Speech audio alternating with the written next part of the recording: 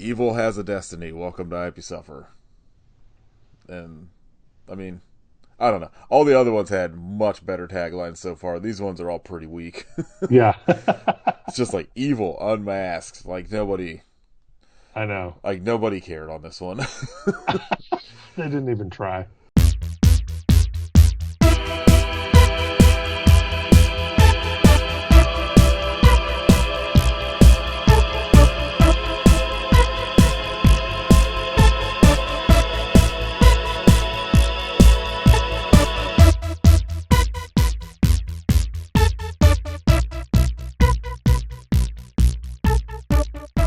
Yeah, this is the third Rob Zombie movie I've covered. And this week, talking about 2007's Halloween with Jeremy Hunt returning. I think he was saying earlier, better than John Carpenter's. So, Hold on now. The bus is immediately heading my way. Yeah, no. Fantastic. Look, last night I tweeted that I think Scout is a better Laurie Strode, so... Ooh, okay. All right. So that's the thing, is like, for me, obviously, John Carpenter's movie is like infinitely better. But For sure. I've never connected with Jamie Lee Curtis in any of the Halloween movies. Oh, interesting. Okay. Like, I don't know why. Like, Jamie Lee Curtis has never been somebody I've been like a fan of per se. Like, I like movies Sure. she's in, but I'm just kind of like, yeah, I could take her, like, leave her. But I don't know, something like, and I had not watched this in a couple years, and it was probably like 10 years before that I'd rewatched it. I did like a full Halloween rewatch, I think, when Right. Halloween Ends was coming out. And I don't know, this movie wasn't nearly as bad as I remembered it being. Yeah. Yeah. I still don't think it's great. I like my issue I've had with all of these episodes so far, which is 3. And I was talking to John, because last week with John was like, the only thing I've seen is Devil's Rejects. And I was like, okay, so like, yeah. the biggest issue I have with Rob Zombie, especially so far, and like from my memory of what like a bunch of the movies are, is like all of his movies have the aesthetic of the Devil's Rejects. And yeah, okay. like I was telling John, because he was just like, how I was really confused because I realized this was a sequel, and I like a lot of questions. And then like, he was like, I was curious what like some of like his other movies, like his Halloween, what's that like? And I was like, I don't know, it's like this, but like in the city, I guess. Right, yeah. Yeah. So, but we'll get into that. Like, what's your experience? Were you like a White Zombie fan at all? Did you like, or were you at all into his solo stuff, or was it just kind of some of the movies? Yeah, my experience with him first and foremost is definitely through the movies. I'm sort of I'm vaguely familiar with some of his music and obviously, Dragula, stuff like that, but I'm not well versed in his music at all. So for me, my first exposure to him is definitely through his films. I mean, I knew going into watching his stuff. I'm trying to remember why. Honestly, it was probably through Halloween. I probably started with his movies because I'm such a John Carpenter fan, and because Scream Factory did that really nice box set of the whole Halloween series, however many years ago. And so my guess is, just going off of vague memories, that was watching through the series and then getting to his, reboots, remakes, whatever you want to call them. That was probably the first time I'd actually watched any Rob Zombie stuff, and then I was like, oh well, let me check out some of his other things. So, I knew he was a musician, but and music videos and all that, but his films were definitely that's what I know him for primarily in my own experience. Gotcha. So yeah, like I liked White Zombie, and I've never liked his solo stuff. Okay. Yeah. And it was interesting because, like, when I decided to do this, I was like, I'm gonna, like, I had probably not listened to White Zombie outside of, like, maybe hearing it on, like, a radio or something.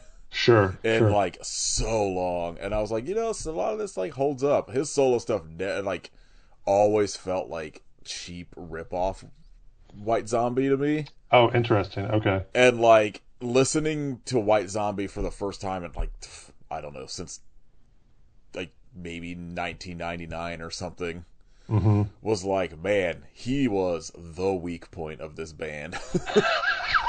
And honestly, like it would be like outside of maybe their more popular stuff, I think you might like some of their earlier stuff, because before Yeah. they became like a heavy metal band, they were just like a straight up like noise rock band. Yeah. No, everything that I've heard. What's funny is everything that I've heard people talk about them. I'm like, I should really spend the time. It's just my tendency, and we may have talked about this before, is that if there's a band that has like a deep enough catalog, and when I say deep, I mean it could be like 3, 4 albums. I don't mean it has to be like Mare's Bow level. I'm of the mindset like I like to just dive in and sort of encounter it kind of chronologically if possible, and then just not all at once, but like I like to do a deep dive. Like it's Yeah, harder for same. me. It's hard for me to just kind of jump in and out. Like I still like listening to albums all the way through, that kind of thing. So, um, I think it's been one of those bands that's been in the back of my head of like, man, I should really carve out some time, and I just haven't done it. But when I do, I'm excited to explore it for sure. Just again by reputation and comments like what you just said, like it just sounds like something that I dig. So Yeah, like they clearly like they weren't as weird as say like the Butthole Surfers, right, but they were clearly like peers of Sonic Youth sure, and stuff like that. Like yeah, just yeah, yeah, kind of a lot more stark. yeah. But No, that sounds awesome. yeah, I like it was really interesting because like it's also one of those things that like the entire time like listening back to some of that stuff, all like a picture was like Shane's Rob Zombie lyrics tweet. And I was like, man, Yes. this is so accurate. It's crazy. I think about that probably once a month, if not more. I was telling him it'll be like literally about once a month. Periodically, it'll just for some reason start making rounds around like Yeah, horror Instagram stories again. it's legendary. And he's like, that stupid tweet that took me like 8 seconds to write Of somehow is course, like lived on. of course. Yeah, so we'll talk about Halloween. Yeah. I was racking my brain because I know I saw House, Rejects, and Halloween 2 in theaters. Okay. And I feel like I would have gone to see this in the theater, but my only real memory was like, I know I had the director's cut version on Hmm. DVD. And if I feel like if I saw this in theaters, it was maybe one of those like second run, like $2 like theaters or Yeah. whatever. Yeah. Sure. And I liked it when it came out. Okay. And because like I said, I was a White Zombie fan, and I remember hearing that he was going to make a movie like for House with 1,000 Corpses, and being just like, oh, that's like a good idea. No way he could like make a bad movie. He's like the Right. dude that writes songs about horror movies. Right. And I remember seeing House of 1,000 Corpses, and it was like around. It was like the time I was like 19 or 20. I'm trying to think. Was he 20? I would have been 21, I think. Hmm. And like really being like, huh, you guys don't understand. I like underground horror movies like Evil Dead, like that dude. And so House of 1,000 Corpses, I was like, this is the greatest thing I've ever seen. Right. Right. And then getting it on DVD when it came out and being like, oh, this does not hold up well for me after I've like actively started being like, you know, explore. Like I would like randomly just buy like movies I'd maybe heard of. Like I remember buying Suspiria on DVD for like Sure. $60 without like ever seeing it, just because I was like, oh, I've heard this is like Right. a good movie, Legendary. and like Yeah. actively digging into stuff that wasn't just sort of like things that were playing on like Monster Vision or like Right. whatever, For and sure. like being like, oh, like this House of a Thousand Corpses movie is kind of a mess. Like, I still like parts of it and whatever. And going to see Devil's Rejects, and that movie, I think, still holds up pretty well, Hmm. despite being, like, just relentlessly bleak. Right. Oh yeah, for sure. Like, I was telling John, I was like, yeah, like, like, House of a Thousand Corpses is almost like a comedy. It's so, like, over the top. Yep. And Yeah, like yeah. this, I was like, I remember seeing in a theater, and it was just like the entire movie. There was like outside of this, there's the scene where like they're fleeing, and like Baby and Captain Spaulding are like, "Well, I want to get ice cream," and Sid Haig is Otis is Bill Mosley's Otis character is like, "Absolutely not," and it just hard cuts to the other two eating ice cream or whatever. I was like, I remember in the theater it just being deathly silent the whole movie because it's just Yeah. like, especially once you get to that motel scene, it's just like. Oh yeah. It's like, oh my god, what is this? Yeah.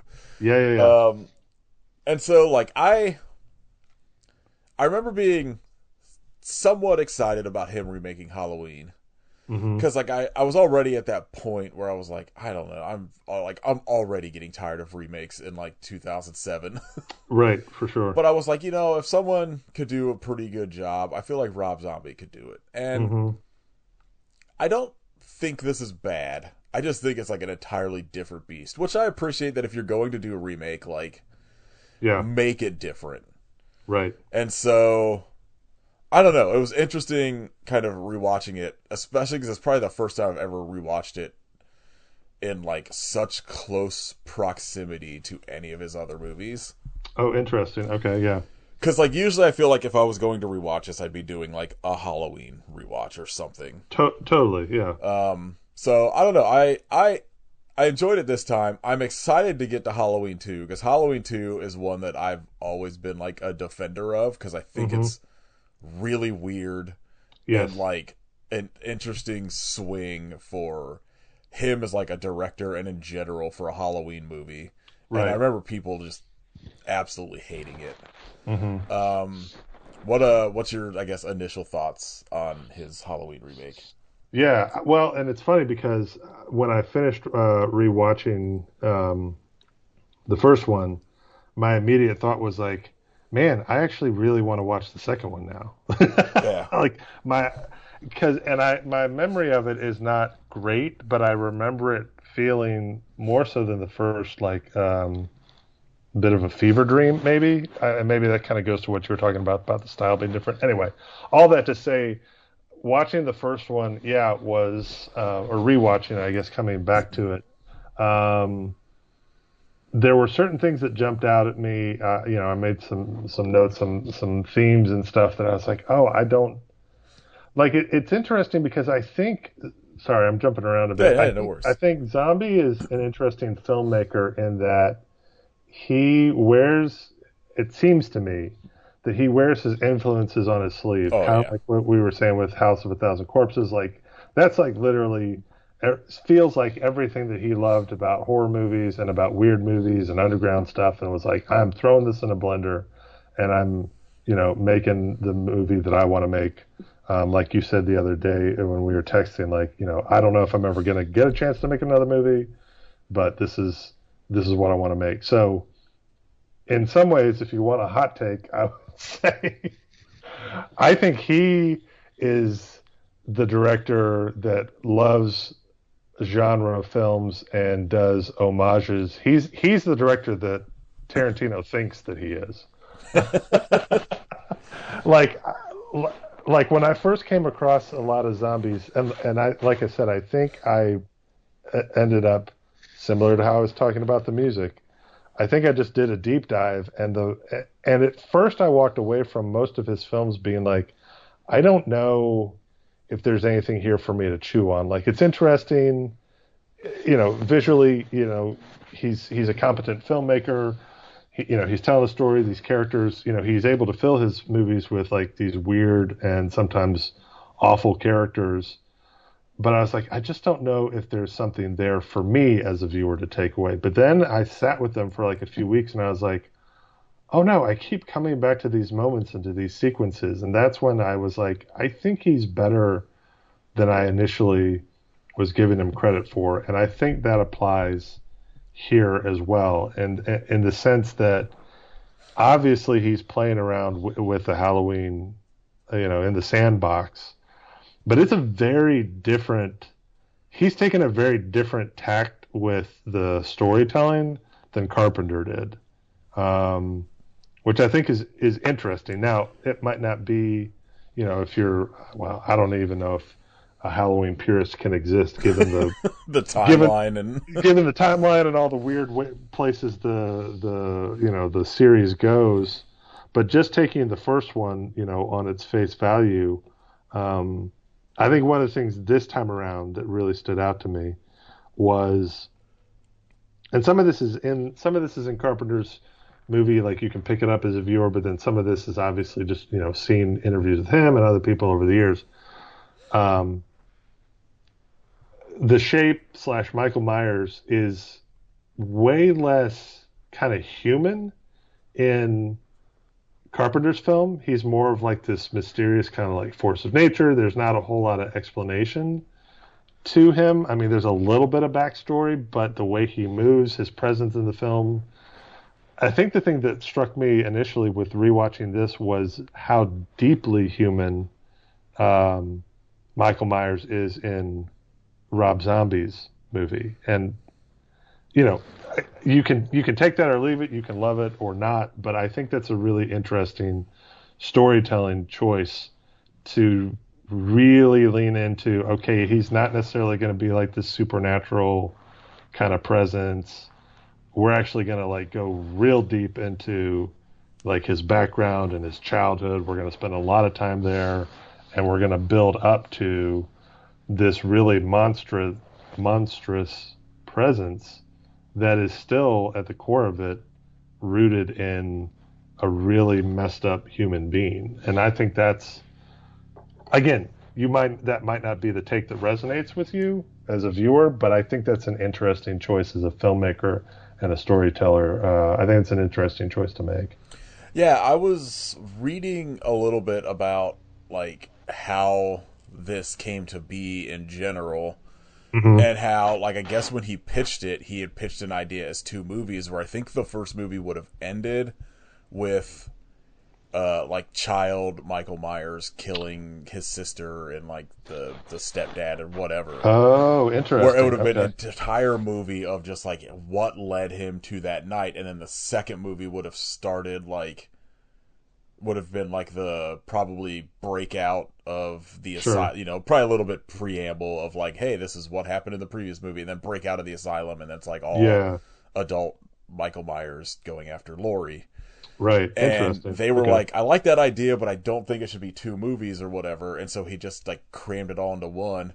And Yeah. like, I absolutely get the gripe of being like, well, it takes like 52 minutes or whatever for like adult Michael Myers to even show up. But I Right. kind of, and like, I don't know, I'm 50-50 on whether I like having backstory or if I just like Hmm. having the John Carpenter one where it's just like, here's like a quick 10-minute scene at the beginning and then Right. everything else is like Laurie and adult Michael Myers. Right. Right.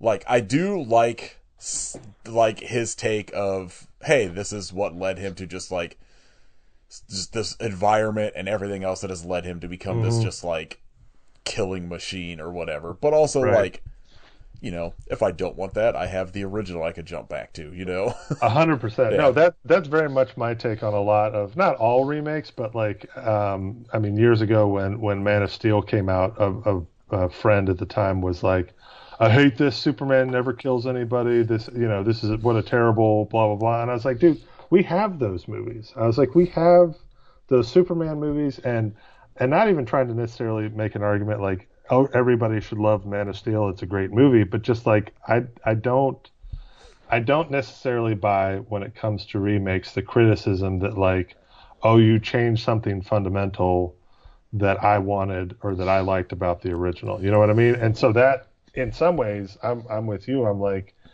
I find it interesting to try something new here. And it may work, it may not, but I appreciate at least the attempt and the risk being taken rather than just being like, oh, we're going to play it safe and we're going to lean into this. And maybe we'll hint at something, but yeah, commit to something new, commit to something different in that same, sandbox again, and let's just try it. Yeah, like I feel like if you're going to do a remake, and like it doesn't always work. Oh, sure. I hate the Dawn of the Dead remake, but at least it's not a straightforward like the Omen remake is so fucking boring because it's just like the exact same story, Yeah, but like just worse. right. And Somehow so modernized with like new actors and yeah, new editing techniques or and whatever. And so yeah, like I even if it's something I don't like, I at least appreciate like someone taking it in a different direction. yeah, And so like even if like so like Rob Zombie's Halloween, I think I gave it like 2.5 stars. Like it's yeah, fine. I don't think it's like egregiously bad like some people think it is. I also don't sure. think it's fully great either. Hmm. Like that's my biggest like one of my big things with like Rob Zombie as a filmmaker is I'm like I think he needs an editor all Hmm. around. Like he needs somebody to sit there and be like, "Hey, this is unnecessary," or like whatever. Because Right. like he's too bogged down, I think, in his aesthetic, and I think a lot of it Sure. seems like I was thinking about this like in general, having started rewatching all of these movies, and like I said, like I don't know if I've ever sat and like watched a bunch of his movies like in a row. Hmm. And I think one of the big issues is maybe like less him, although like I said, like he's too bogged down in his like aesthetic of like, hey, isn't Hmm. Texas Chainsaw Massacre the greatest thing that's ever happened sort of thing? Or Right. like Right. everything has to just be like, what if every character was like in the 70s and just Yeah. the worst and Deeply unlikable. yeah, like Right. like I think a lot of it unfortunately kind of seems like maybe it comes down to just the way Hollywood has worked post 2000s. Okay. How so? So like he like even with House of a Thousand Corpses, there was so much like grief with the studio from Mm. him where like he was working with Universal that like that movie was supposed to come out in like 2000 or 2001 and didn't get released till like 2003 Oh, I didn't know that. because it was originally with Universal. Like so like if you like it was really interesting because like I've been listening to like the audio commentaries because at Yeah. Yeah. least House Rejects at Halloween and Halloween 2 somebody just like uploaded them with like blank screens on like YouTube. So like I was listening to him at work after watching the movies and like he talks about like in House of a Thousand Corpses all of those weird like interstitials and like scenes where like he'll just like have like it's there's a scene where like there's like a old couple talking about like like a skunk ape that like assaulted his wife that's just out of nowhere. Right. There's like a one where there's like a old like southern like black man yelling about like oh there is no hell, we're in hell now, this is hell, and blah blah blah, and all these like this weird interstitial stuff, or like the scenes that are like home movie footage of like Otis ranting at the camera, Yeah. the Yeah. baby Yeah. ranting. All of that was shot in this like 2 year period where like the movie was just in limbo because Universal dropped it and before like Lionsgate picked it up. And like so there's all this like sort of studio issue shit going on and like I think him just having too much time to be like fiddling around with it. Got it. Then he does Devil's Rejects because it seems like House of a Thousand Corpses was like mediocre hit. I think it like made the studio its money back enough, like sort of like a Kevin Smith. It's interesting. Every episode I've related Yeah. Rob Zombie to like Kevin Smith now because I'm like he just kind of is a dude that like they both are people who keep getting to make movies because they have a built-in audience that will go see them like no matter what, But yeah. and they always make like they can make movies for cheap that bring in a profit, and Right. even if it's in like not theaters and like DVD sales or whatever.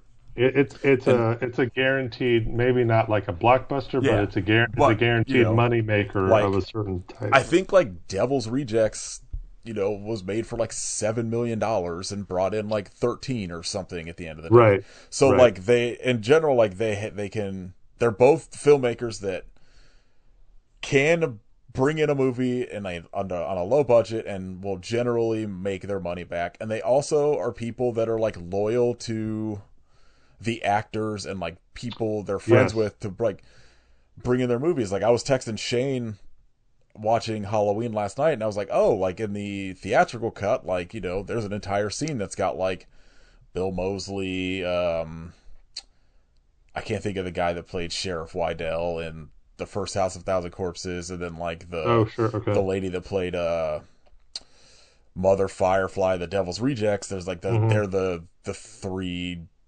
security guard cops or whatever that he like kills for the Oh, breakout yeah. scene in the theatrical cut, and then there's like he's got like all these people he just brings back like all the time. He has his crew. Yeah, Yeah. and so uh, like getting back to sort of like the landscape of like Hollywood and how like he jumps in and he becomes pretty popular, I think, as like a horror director, especially with House of Devil's Rejects, as like the economy of like, hey, what if we just pump out a million remakes of Right. all of these movies? Right. And so he gets Halloween and Halloween 2. And I think they both do, like, all of his movies seem to critically be pretty middle of the road. Right. But he Yeah. clearly, like, was popular enough that, like, after, especially going into, like, Halloween, that, like, the studios, like, were just, they'll give him money to make his movies. Right. And after, I think after, like, Halloween 2, it's just one of those things where for like that there was like a period where it's just horror wasn't that big of a thing, and he Hmm. just immediately goes into Lords of Salem, 31, Three from Hell, Right. which are all, I would say, well, I haven't seen Lords of Salem, but I remember like Lords of Salem seems like it was the last one that was like a probably movie theater somewhat hit. Yeah. I haven't looked a lot into it, but like I know everyone I know has been like, if you haven't seen that, that's the one you're gonna love. Yeah. It's an interesting. Yeah. I won't give anything Yeah, away, but in comparison to all the rest of his work, it definitely stands out at least as a different. It just has a different vibe yeah. entirely. So But yeah. after that, it's like 31. I'm pretty sure was basically I think it had did one of those like one night Fandango like releases in Yeah. theaters, and everything else was straight to streaming. Oh, Three interesting. from Hell, I don't remember if it had like a main theater release. It may have been like straight to like Shutter. Yeah. I don't know either. Like it's That's a good he point. just like I think if he had started in like the 90s as like a filmmaker, I Right. think he'd have a much different career, just because the landscape in the 2000s, especially for horror, and with streaming becoming so prevalent, like he kind of has become a almost like, I don't want to say like straight to video kind of Hmm. director, but I think it's just like because he's not like a huge move like theater screening draw Right. and stuff like that. He's just become kind of this lost in the middle somewhere Right. filmmaker, because even like The Monsters, like it went straight to Netflix because of Yep. whatever, like it was supposed to have, I think, a big screening, but that may also, I think that may actually honestly may have been impacted by COVID, if I remember correctly. Right. Yeah. I think so too. But But even that, like watching that, I was like, I don't know, this just kind of looks cheap. And like, I guess maybe that's the point, because it's supposed to be kind of like a little bit like the TV show. But right. I don't know, like it feels like he kind of got relegated to being a just like essentially like if he'd started in the 80s, he'd be like a full moon director, Sure. like. Yeah. Yeah. And Yeah. so I don't know, it's just kind of been real interesting, like going through this in like chronological order, looking at his career and sort of like thinking about it in like the landscape of what was happening at the time when each of these movies has come out so far, is like, oh yeah, this makes Yeah. sense, because like you know Halloween coming out in 2007, you're following like the Texas Chainsaw Massacre remake being huge, the Right. Dawn of the Dead remake being huge, like the Omen remake and like Amityville remake. I think both came out like the previous year, like, Yeah. and so 2007, obviously he's like they're having him do like, or, they pitched him the idea and he accepted it. Like, I guess he had to talk. Right. He sent John Carpenter a message, and John Carpenter was like, "Man, I have nothing to do with those movies. Just do what you want to do with it. I don't care. Send that check. I got 2K to play." Got to go root for the Lakers. Yeah, like there's like a long thing of him talking about like messaging John Carpenter, and John Carpenter just being like, "Dude, like I didn't even want to have anything to do with the second one." Yeah. Let alone Yeah. like he's like, if my idea would have been like, kind of like with Season of the Witch, he was like, my idea was just everything was going to be a different story on Halloween, Right. and it just Yeah. I remember became hearing that. a Michael Myers thing. And he was like, outside of getting like producing credits or whatever on everything, he's like, I sold the rights to all that shit years ago. Like, just like, he's like, my only advice is like, he's like, go for it, just do what, make it your own. Just Right. do what you can with it. Like, it's completely out of my hands at this point. And so, Which honestly is pretty rad. I mean, because that must have been kind of freeing to have the guy who made it just be like, hey, man, make it your own and do your own thing. yeah. Not to be like, super precious about it or anything. I feel like out of all of the Halloween movies, I could see Carpenter respecting this more than almost any of the other sequels, Yeah. because it is so drastically different than anything else in that franchise. Yeah. Yeah. And like, I'm baffled by people that are fans of the Halloween franchise in general, Right. because like, like I can understand like Friday the 13th, easy to be a fan of, because it's just like it's essentially just like new characters that are just cannon fodder every movie, and just new different kills. The Halloween franchise is so baffling if you watch them in any sort of order. Oh, it absolutely is. But I would say this as someone who is a fan of the series. To me, that's part of the appeal. Oh no, I do get it.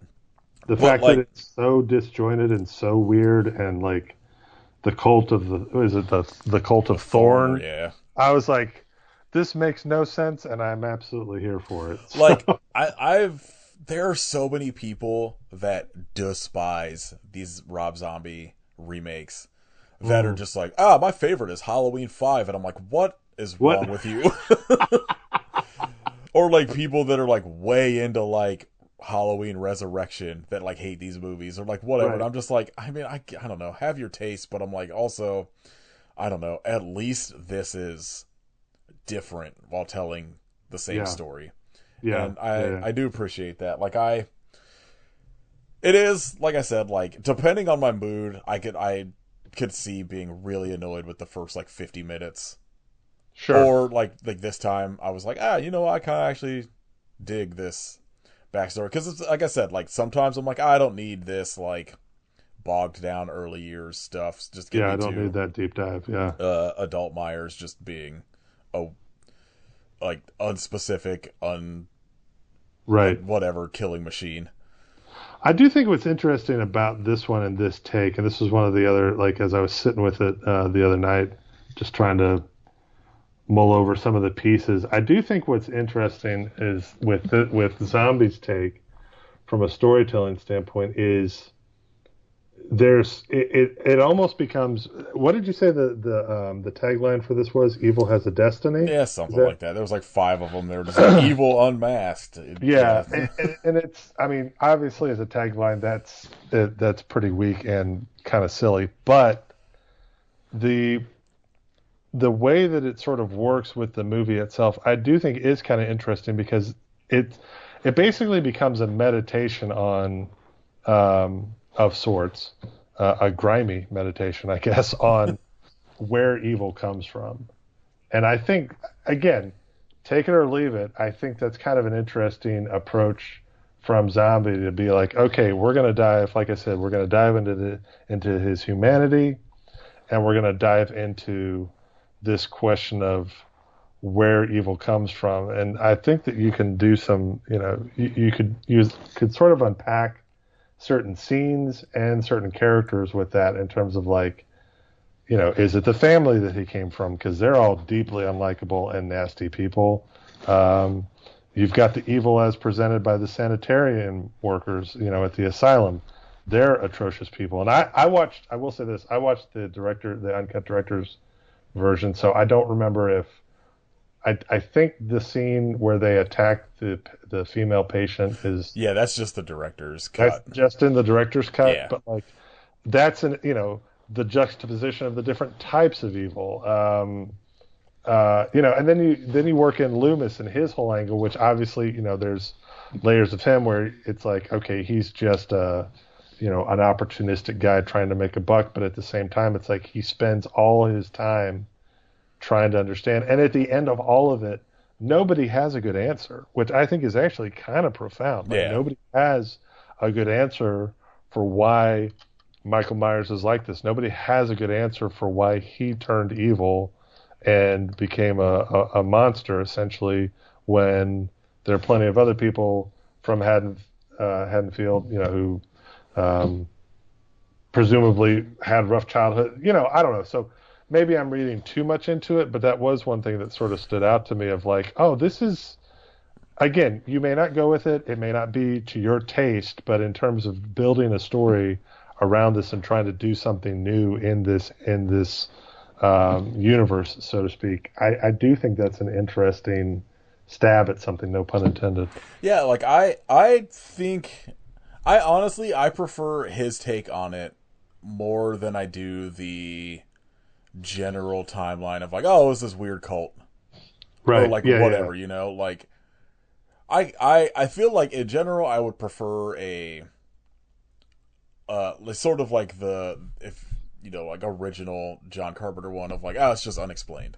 Sure. Yeah, yeah, But yeah. like, I kind of, as much as it's just just so unpleasant to watch, like I like Yeah. Rob Zombie's take on like, hey, this is like essentially environmental mixed with just like Yeah. Yeah, yeah. probably like mental health things going on, and just in general like I texted you, I was like, yeah, my biggest takeaway is like I hate that he kills off Danny Trejo, but I also Yeah. understand why he does, because it's like, or why like Rob Zombie, like I guess that scene specifically, like test screenings all hated it, like everyone was like, why, he's so nice to him, and it's like He's the one guy that's nice to yeah, him. but Yeah. like it's like that doesn't matter in like Right. Michael's brain, like Right. like Yeah. there's like a complete disconnect on that in general, Yeah, yeah. and like it makes it even more specific that he's just like this unrepentant like killing machine. Yeah. Yeah, yeah. um yeah, and like so like it was interesting because it was like that's the thing is like I think up until this watch I don't think I'd ever seen the theatrical cut. Oh, okay, yeah. I'm get because like I was watching it last night, and it was like I said, there's like the scene, like I was only familiar with the scene, at least in my memory, of like, yeah, like the breakout where like the two guards bring that like somewhat comatose woman in there to like assault, Right. and then Right. Michael breaks out. In the Right. theatrical cut, it's like they're like transferring Myers somewhere, and it's like I said, it's like Bill Oh, Moseley and like two of the other people from House and Rejects as the guards, right. and he just breaks out of his chains and like murders them, and then Oh, interesting. I think Okay. that's when like Danny Trejo, like it cuts immediately to Trejo coming to work and all that Yeah. stuff. Okay. And so like it seems like a lot of the stuff that was just the director's cut was just like, oh, it was interesting because like the director's cut makes him so much more uncompromising and like just Right. brutal for brutality's sake. Right. Like like there's not much like the differences are things like that, like a completely different breakout scene that's just like way like like there's a sexual assault happening in it that's like not in, like Right. just a lot more like sort of dark shit happening. Right. And then, some just like extended scenes where he was just like, yeah, like in the theatrical cut, we're away from Lori for too long. So I Oh, put this interesting. scene back in the director's cut of like, Lori talking to her adopted mom or whatever for, just stuff like that. Right. Um, but yeah, like I can, I don't like, I'm very torn on like the first 50 minutes of it. Cause like I said, like Yeah. I, part of me likes getting into the sort of pre-adult killer mythology Hmm. stuff, and Right. like especially in this, it's so heavy because just everything is so just like bleak in this kid's childhood. Oh, yeah, it is. No, it's unrelentingly just. I mean, there's a if Zombie does one thing really really well, and it's I mean we've talked about it already, like Devil's Rejects, and I mean he is so good at crafting just mean, nasty characters. Like these are just like deeply like if you encountered them at the grocery store or in your daily life, you'd be like, man, I hope I never cross paths with this guy. Like William Forsythe's Yeah. character, the stepdad. I'm like, goodness gracious, who wants to be around this guy? So it's yeah, for better or for worse, that that whole prologue or the first chapter in the movie. That was the other thing I noticed. I was like, oh, this is also sort of split up into the black screens where the new title comes up. I was like, oh, it's almost like chapters in a book the way he's done this. But yeah, I mean, Yeah, I who wouldn't grow up for real. to be somewhat messed up if this were your home life? I mean, let's be real though. It's all because he listened to Kiss. Yeah, 100%. um, Hence the mask. I gotta say, I think I owe Sherry Moon an apology for years of being like, stop casting her, because I've had no issues watching her so far, Yeah, no, and I think she's pretty good in this, honestly. yeah, no, she is. She's Like, great. I mean, oh, go ahead. I was gonna say, what was really interesting listening to the commentary is how much of like, so the first scene she shot for the movie, I think he said, is her suicide scene, Oh and there's gosh. things like that, like he's like the first time. Like, I think the first day's shooting with Tyler and Scout was the scene in the basement where he, like, shows her the picture. Oh And all gosh. of these, Yeah. like, heavy scenes where I'm like, how is this the first thing these people shot? Like, Right. I know movies most of the time aren't made in any sort of chronological order, but, like, Totally. like I can't imagine just showing up to set and immediately having to be in the headspace of, like, Right. that suicide scene with Sherry. Oh yeah. Um, but yeah, I think overall, like honestly, like, and I don't know if it was just like I had watched some of these movies in a long time and public perception just like seeped into my brain. But like, Yeah. I mean, she's annoying in House of a Thousand Corpses, but I think she's supposed to be. But I like her in Right. Devil's Rejects, and I liked her Right. in this. Like, I think she's the one character outside of like Laurie, at least I guess the one character in the first half that brings Hmm. any bit of humanity to like anything in the Oh, that's movie. a really good point. Yeah. And I think she's surprisingly well, and like I guess the way they shot it, like she like by the time she gets to the scene where she just like Michaels kills that nurse or whatever as a Hmm. child, Yeah. like she had like specifically started to lose a bunch of weight to make it look like she's just clearly like losing Oh, it slowly, is like like her and Loomis are realizing like, oh, like I think this, this is beyond yeah, us. like this is just like a pushing a rock uphill sort of battle or whatever, like this is just like a thing, like because Yeah. Loomis at the same time in that scene is just like you see is just like, oh, like this is, I'm never gonna fix this kid. Yeah. I think that's around the same time where he says something like, and this is what I was getting at earlier about like the presence of evil and where it comes from. He's like, I spent 15 years of my life with you, Yeah. and I've tried to, I forget exactly how he says it, understand you, fix you, heal you, however he words it. and then to just have that realization of like, I don't know what to do with this. And I think that's the thing that to me, yes. So you kind of have maybe both sides of the coin. You've got the tragedy side of um, his mom's perspective of like, this is my son who I care about, but there's nothing that I can't reach him as a mother somehow. It's not working. And then you've got Loomis, who's like bringing all of his expertise, and both of them are just coming up empty. And I think it's, talking about the bleakness of zombies, some of his movies, that may be the bleakest part of this is like, and maybe in some ways weirdly the most realistic of like, you can't always explain this. Like Yeah. there's certain things about to take it into real life, so to speak, there's certain things about the presence of evil and about evil people that you can bring all your expertise and you can bring all of your psychology, all of your religion, all these different things to it.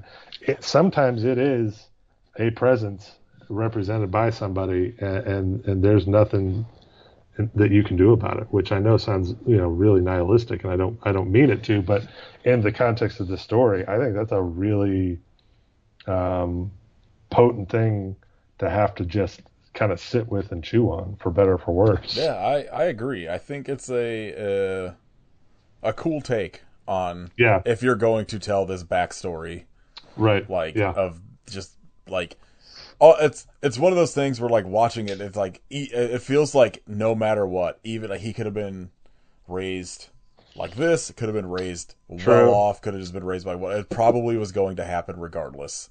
Yeah, And yeah, like it's I don't know. I like I at least right now I'm like I back it. I liked it watching it this time. yeah. What's your take on Donald Pleasance versus Malcolm McDowell?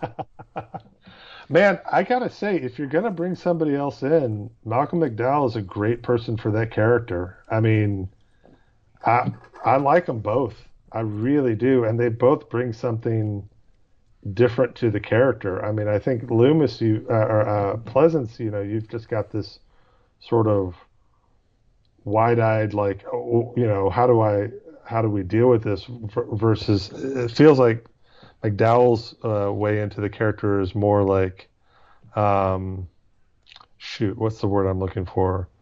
Like, I'm going to engage as deeply as I can, and I will find a way to bring you out of this. Yeah. That's kind of the vibe that I get from him. So, um, I think it's great casting.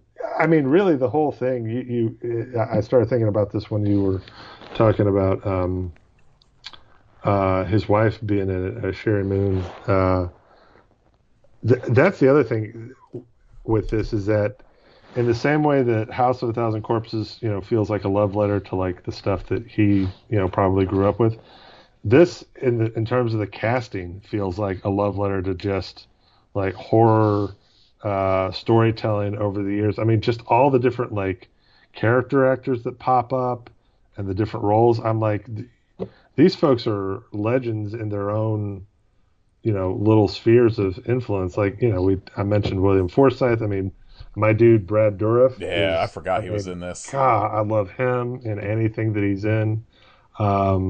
I mean, Clint Howard shows up for crying out loud, and Danny Trejo, and I don't know if I'm going to say his last name properly, but Ken, is it Forey or Yeah, Four? Ken Foray, I Yeah, think. for I mean, he was in one of the Texas Chainsaw Massacre movies. Yeah, When he was he in was in three. He's done it. He Dawn, was in. Dawn of the Dead. He plays Sid Haig's brother in Devil's Rejects. Oh, that's right. Yeah, Sid Haig's in the. I mean, like, sorry, it Yeah, just like I mean, there. even down to like Dee Wallace is Yeah. Laurie's Oh mom. yeah. Like it's all cut out, but I guess Adrienne Barbeau had a role in it. Oh Um, yeah. I remember. Yeah. Mickey. Udo Kier's in like the director's cut. Yep. Yeah. I saw him last night or Um, the other night when I was watching it. there's kind of like and like even I mean, one of the monkeys, Mickey yeah, Dolenz, it's like the pops up. gun shop guy. Like what? Like And then, it, I appreciate. That's one of the things I do appreciate with Rob Zombie is like he like I guess it's sort of in the same way that like bringing it back like Quentin Tarantino a little bit. Like we'll just bring back all of these sort of like sure. you know B movie stars or whatever, like people that maybe are like never really been in the limelight, but if you're in a very specific like film fandom or like whatever, Right.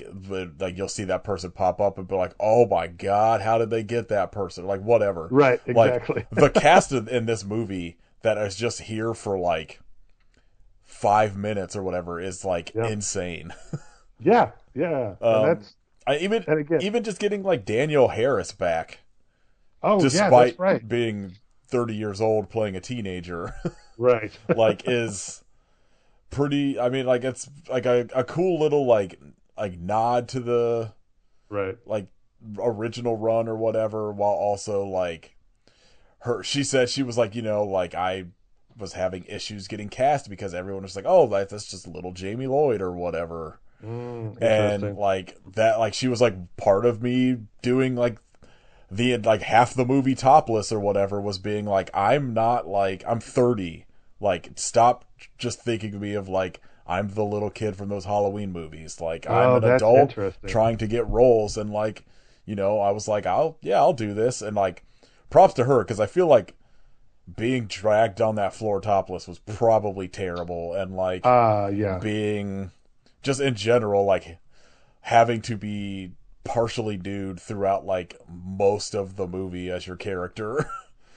Yeah, no, it none of it looked I mean, not that I would assume that it would be, but none of it looked pleasant. Like No. none of it looked like, oh, I'm having a blast doing this. Like, and well, that's one of the things that I did really appreciate on this rewatch is like how brutal like a lot of the kills are. And I Yeah. am all like, I was so on board with like the Tyler Mane version of Michael Myers just bursting through shit all the time. Oh, yeah. Yeah, yeah, yeah. Like is constantly just bursting through walls and Yeah. like tearing shit apart. Like I think I like that version of Michael Myers a little more than like a lot of the just kind of what has become the sort of like I equate it more to like Jason Voorhees, I guess, of just like, Mm. oh, like this person's been running forever and he's just walking but manages to catch up, or just like a sticker, like something about like there's a scene in here where like Laurie, I think, is first breaking out of that basement when he shows her the picture and she like stabs him or whatever. Yes. Where like Yeah. she's escaping and he just straight up like burst through a wall to try to grab her, and I was Oh, like, yeah. this rocks. Yeah. No, he demolishes it. Like just the like him bursting through, or just like they're like the scene where I think she's in the ceiling and he's just smashing like a plank or Oh, whatever into the yeah, ceiling to yeah. try to find Yeah. her.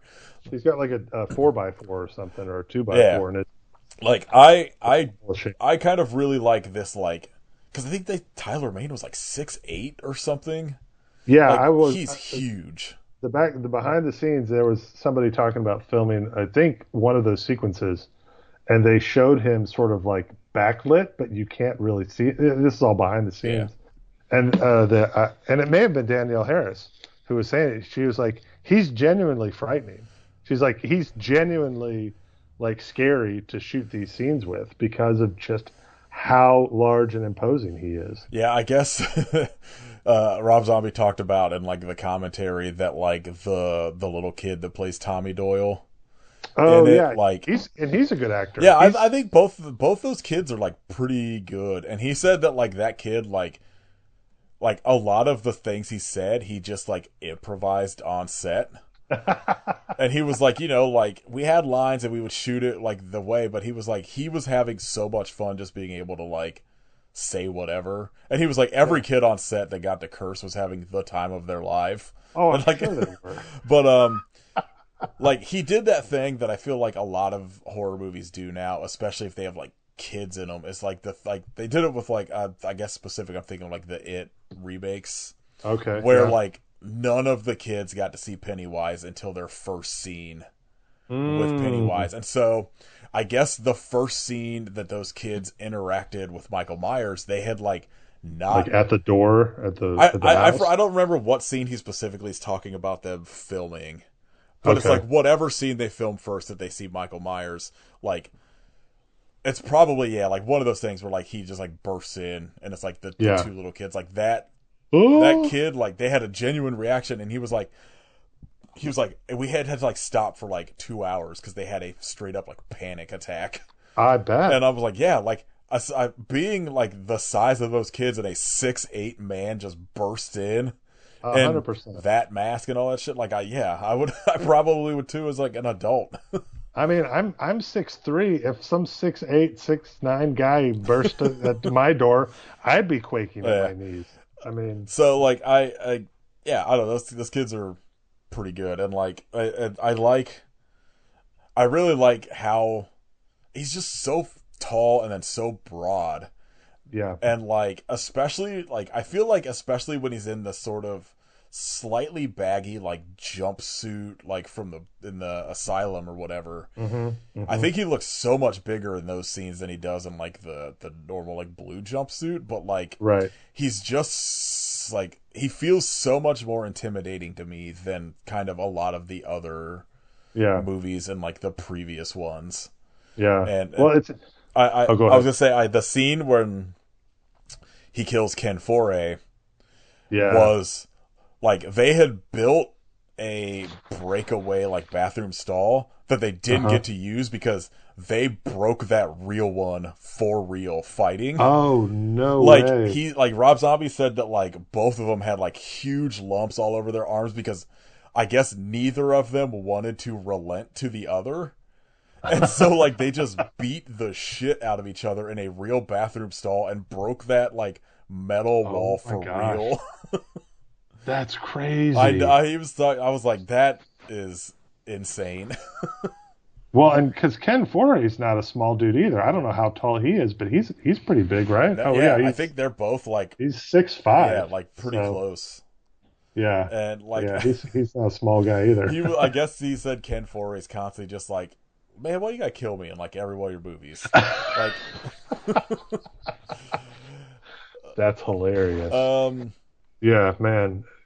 So, the physical the physicality of this is so good. And one thing I was going to say real quick is, and I don't know why it never occurred to me. I was reading some like behind the scenes the other night, and somebody talked about like some of his inspirations, and you mentioned it even, just like the Texas Chainsaw stuff.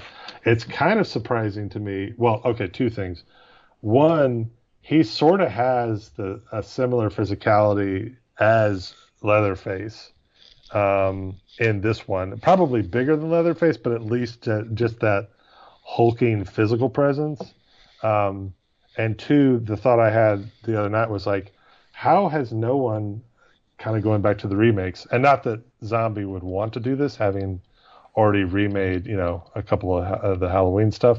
How has no one reached out to him to do his own Texas Chainsaw movie? I mean, it feels like now maybe he's already done enough that is grimy and gritty and feels like it would probably be repetitive. I don't know, but that was the one thing I thought after watching this. I was like, this is basically like if he took elements of Chainsaw stylistically and just merged them with Halloween. yeah, honestly, I feel like if he was going to remake anything, that's what I would want to see. Right. But Yeah. I That's do what think Halloween is such an interesting choice. Oh, 100%. Like, I even like outside of a remake, like I would be into just seeing him do a Texas Chainsaw movie in general. Yeah. I don't know how he could do it where it wasn't a straight up remake, but like Right. I feel, or even, you know what the thing I would give him, I'd give him Eaten Alive. Oh, dude, that's a great Like thought. something that has that same sort of like Toby Hooper, like Yeah. southern gothic Yeah. feel or whatever. And like, Eaten Alive would be perfect for yeah. him. But like, so like the thing I brought up in the like these episodes so far, and the thing that Hmm. sort of aggravates me with him as a director a little bit is like, I've wanted to see him do something outside of like the horror genre because, Okay. and like, Monsters kind of does it, but not really, because he's still dealing with like horror in Yeah.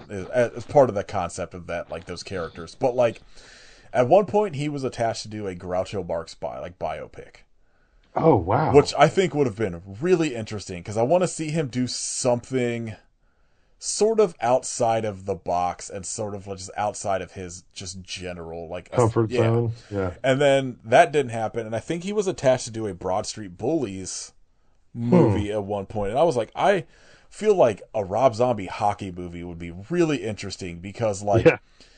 he can shoot like brutal stuff pretty well, and I feel like that would translate really well to like a really aggressive like hockey team. Yeah, for And I sure. wish those things happened because like I really want to see him like I he's in the same field with me as Zack Snyder, except that I'm rooting for Rob Zombie. Like I want him to like I every time one of his movies comes out, I will go into it. I'm like, man, I want to like this so much, Right. Right. and like I think he has the potential to make like a real like 5-star classic horror movie for me, and he just Hmm. hasn't like either. It's either like studio things or just sort of like him. Like anymore, it feels like it's just him getting in his own way with like the Right. last couple like 31 to me was like borderline unwatchable. Yeah, it's been a while since I've seen it. I do feel like I remember it being like just almost edited to oblivion. Yeah, Like this the action sequences, and it just felt like there were so many cuts and so many things. I'm like, man, this feels unnecessary the way this has been pieced together. yeah, they're like and like it's like that. Like I've heard Three from Hell. Like I haven't seen that one yet, and I've heard it's not great either. And it's like I don't know. Yeah, Like I really like I want because he seems like in general a good dude, and right. like I want him to succeed, but I think he needs to like it just comes back to he needs someone to like edit him on every level where it's not like, and I feel like this happens with a lot of people. Like Quentin Tarantino's like a good case. He just has gotten like Quentin Tarantino's like a good case in the opposite direction of where like he keeps succeeding despite like I think becoming too bloated and into his like Right. what he does. Up his own butt, Yeah, where basically. like the last couple movies, I'm like, I don't know, like this just feels like a general Quentin Tarantino movie, and it's just like Right. I kind of don't care at this point. Where like Yeah. Rob Zombie is just, it seems like he's getting a smaller and smaller budget that is like impacting what he's Right. doing, and like I want some I know he has in him like the potential to make that one like just one specifically great horror movie, and I kind of hope Hmm. he gets a chance to do it. And like I Yeah. don't know if that would be something like you said, like at some sort of Texas Chainsaw. Like you said, I think he would make a pretty great Texas Chainsaw Massacre movie Yeah. if like I think he needs to not be writer, director, editor, Mm, like all yeah. that stuff because He doesn't need to wear all the yeah, hats at there's once. very few people I think that are in that realm that like are like I guess again bringing it back to like Kevin Smith. Kevin Smith does all those things on like almost all of his movies, and Right. always still manages to make his movies like 89 minutes long, like Right. 93 minutes long. Where Right. like it like that was the thing going into like having to watch both these Halloween movies, and then like especially and like Devil's Rejects. I'm like, why are these almost 2 hours? Yeah. Yeah. That's fair. That's a fair And critique I for guess sure. I guess reading that like Halloween was supposed to be like the story he was telling was supposed to be two movies. I'm like, okay. Like and also like it's a Yeah. thing like I'll sit through a 2+ hour movie, but some things where I'm just like, man, like change it up a little bit if it's going to be 2 hours. Right. Like 2 hours of the same aesthetic sometimes gets to be a lot, and especially with like Oh, horror or for comedy. sure. Um, 100%. Yeah. and so like Yeah. I kind of I think him teaming up with someone that could like even if it was just the editor like Hmm. that was like not necessarily antagonistic to him, but like someone willing to push back on things, I think could help him in Yeah. the long run. And I don't know. I'm hoping he gets. I don't know. Like I said, I'm rooting for him in Yeah. like a lot. Like I, I'll shit on Zack Snyder all day. Despite like I do like Watchmen. I like I like Mm-hmm. the Snyder cut. Yeah. But Oh, I do like it's too. just Yeah. another thing where like every time I watch one of his movies, I'm like, man, you need someone to like rein you in and Yeah. tell you You no you need another sometimes. strong. Yeah. You need another strong voice in the room who can be like, hey, look, I'm on your side and I'm rooting for you, and these are some things that we could do to make it stronger, rather than just constantly indulging everything that you want to do. Like there is something to be said. It's what was it, Stephen King that talked about it in his I think the On Writing book. He talks about the process of having to be willing to kill your darlings, I think is the way he puts it. He's like every time that I write a story, there are certain things that I love that I fall in love with about the story. But he's like when I get into the editing mindset, he's like some of the stuff I know just has to go. He's like I have to be willing to kill some of this stuff in order to let the overall thing like flourish. And it feels like that's kind of what you're saying with this. It's like, man, you just need somebody who can be like, hey, I get it. I buy into the vision. I buy into what you're doing and the way you're telling the story. But if we could make certain strategic, almost surgical cuts, it would strengthen the overall thing. Well, like I almost feel with like the director's cut of this version of Halloween, like you could probably cut a solid 10 minutes out of like the ending and still have it Mm-hmm. be as impactful because Sure. there's a Yeah. lot of chase scenes throughout like through that Yeah. house, especially after he like, you know, you think he's killed Loomis, Right. like where it's just Right. him chasing Lori through this like dilapidated house and I'm like, man, this doesn't need to be. Yeah. You could trim each of those just a little bit, Yeah. and you're right, and just tighten it up a bit. And I don't think you would lose anything. Like I don't think anything, certainly nothing from an aesthetic standpoint would be lost. Those sets are great. The set design and the production value on all those is good. Yeah, I don't think you'd lose anything. It would just tighten up the pacing a bit and might make it even. It might, given the physicality of Tyler Mane and how it feels, like you said, particularly when he like literally burst through that wall. I mean, it might actually sort of punch up a little bit of the terror of those moments. So, yeah. Yeah, I don't know. Do you have any final thoughts on Halloween? Well, I think I'm sort of in the headspace right now of like I'm like what would be the perfect project for him at this point? Because I'm with you. I'm like I like a lot. I like more of his movies now than when I first started watching them. So my appreciation of him has grown.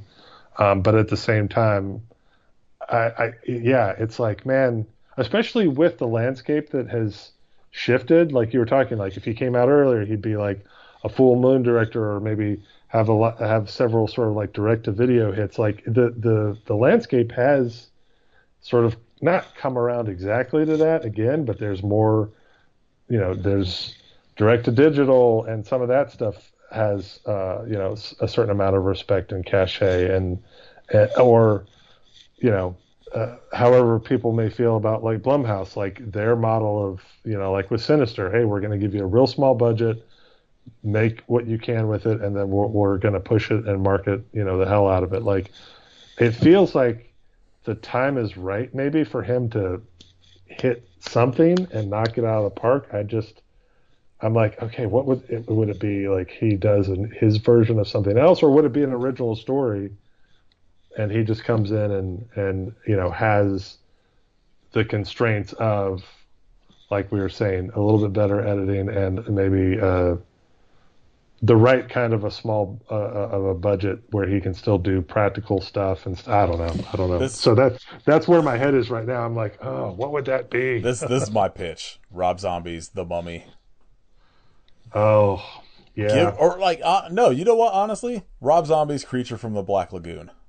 Give Oh, him one of yes. those like old like Universal monsters, Yeah. and like like it's like one of the things that I just thought about, especially with you like mentioning Blumhouse, is like Rob Zombie was doing the like all of this is happening because of trauma, or like I guess his isn't specifically a metaphor for trauma like a lot of horror movies are now, Right. but Right. like it's very very like in your face about it being trauma, but it's Right. like I don't know, give him like let him do one of these invisible monster type like Right. hey, the entire premise of this movie is about like trauma and abuse or whatever, Right. like stories that I Oh, have him do something with A24. yeah, like Rob Zombie and Rob, A24 joint forces. Rob Zombie's Friday the 13th for A24 or Right. like what I I I don't know. I so far I will say I guess overall I've enjoyed these three. I know Yeah. after Halloween 2 that's going to change. Right. Cuz that was the thing I was telling John. I was like, "Well, two movies in, this is peaked." Cuz I don't know. I haven't watched Halloween 2 in a while. I think Halloween 2 honestly I don't know. I might like that. That might be my favorite of his movies. Sure. So Yeah. we'll Yeah. see. Yeah. But so far, I mean, I don't know. Devil's Yeah. Rejects is probably, I feel like, his most realized movie. Sure. Yeah. But I know 31 is going to be brutal. I did not like the monsters. I haven't seen that one yet. 31 from Hell, I have a feeling, or 3 from Hell, I'm not expecting to like. Although Yeah. I'm always stoked to watch Bill Moseley, and I think Bill Moseley is 100%. so perfectly cast as Otis.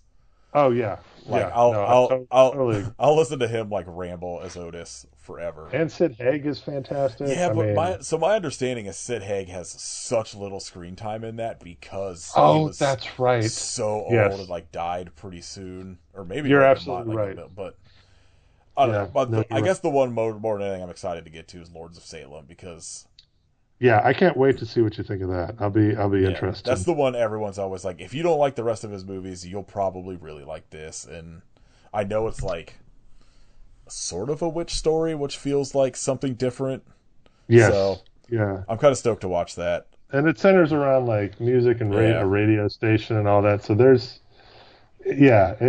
it's interesting. And well, and now as we're talking about it, I'm like I said, I want to dive into Halloween 2.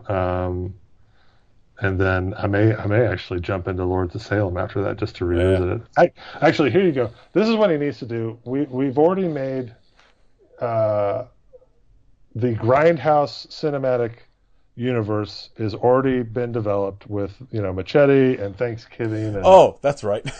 he needs to just be given the budget to do Werewolf Women of the SS. I was That's what needs to happen. so mad realizing that of all of those trailers is the one that hasn't been made. I know, right? Because, oh my God. That's what needs to happen. I watched that last night, and I'm glad you brought that up because I forgot we were going to talk about it. Like, that trailer is so good, and I want that movie It's so ridiculous. so much more than fucking Eli Roth's Thanksgiving. I know. Of all of the trailers in those, how is Heck, even that the one that wasn't made?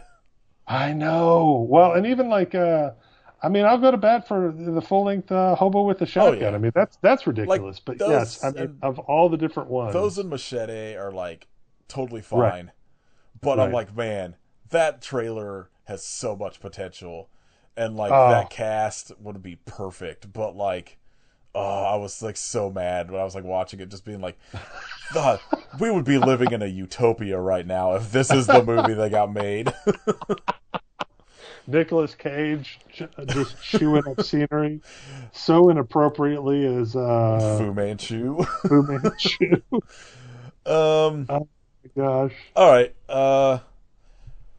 That's that sounds like both of us kind of. I would recommend if you haven't seen Halloween, Yeah. I'd recommend it. It's not. I don't think it's for everybody. I don't even know if it's Sure. specifically for me, but at Right. least this watch, I was like, yeah, this worked for me this time. Yeah, it's yeah, I don't know where I would rank it necessarily in his films or even the Halloween films, but I think the best thing I can say for it is it has a lot of thoughtful stuff going on, and I'm glad that it exists. I think it's a really interesting case in how to approach a remake while doing something different with it. So I dig that and I appreciate that about it for sure. Yeah, I'd agree with that. Do you want to tell people where they can find you and the stuff you do? Sure, yeah.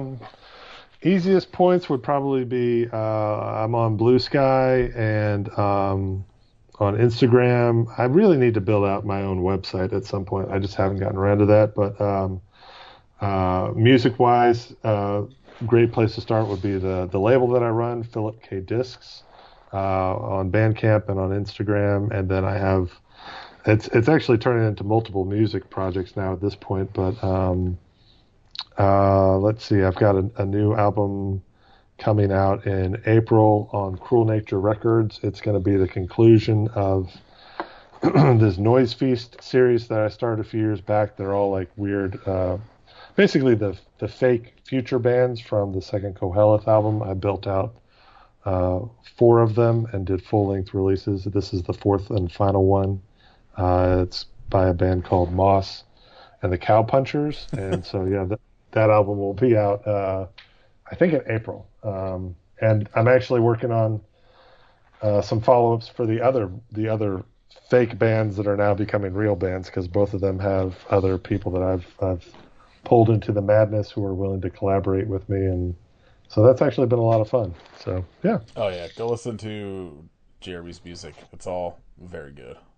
Oh, thanks, man. I appreciate it. Um, Oh, and the new book too. Yeah. oh So yeah, I forgot. Yeah, I'll try to put like links and show oh yeah, notes that's to all totally that fine. stuff if I remember whenever I edit these. I'm trying to do it all once I'm done with all of them because you Right. know, Yeah. uh, Yeah. If you need any links, I'll shoot them to you. yeah, Whatever.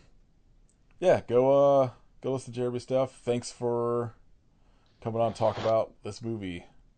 Absolutely, man. It's Um, always a blast. yeah,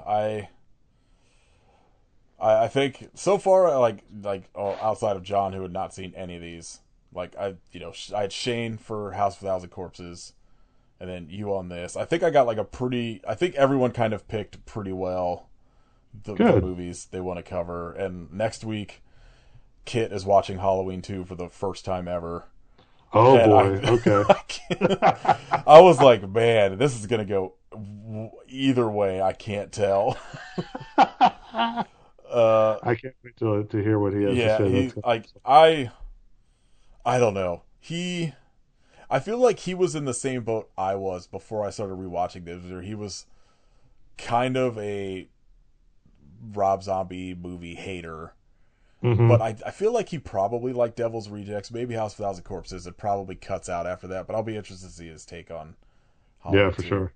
Um, Nice. all right, thanks again for coming on. I hope you have the blackest eyes, the devil's eyes, but why?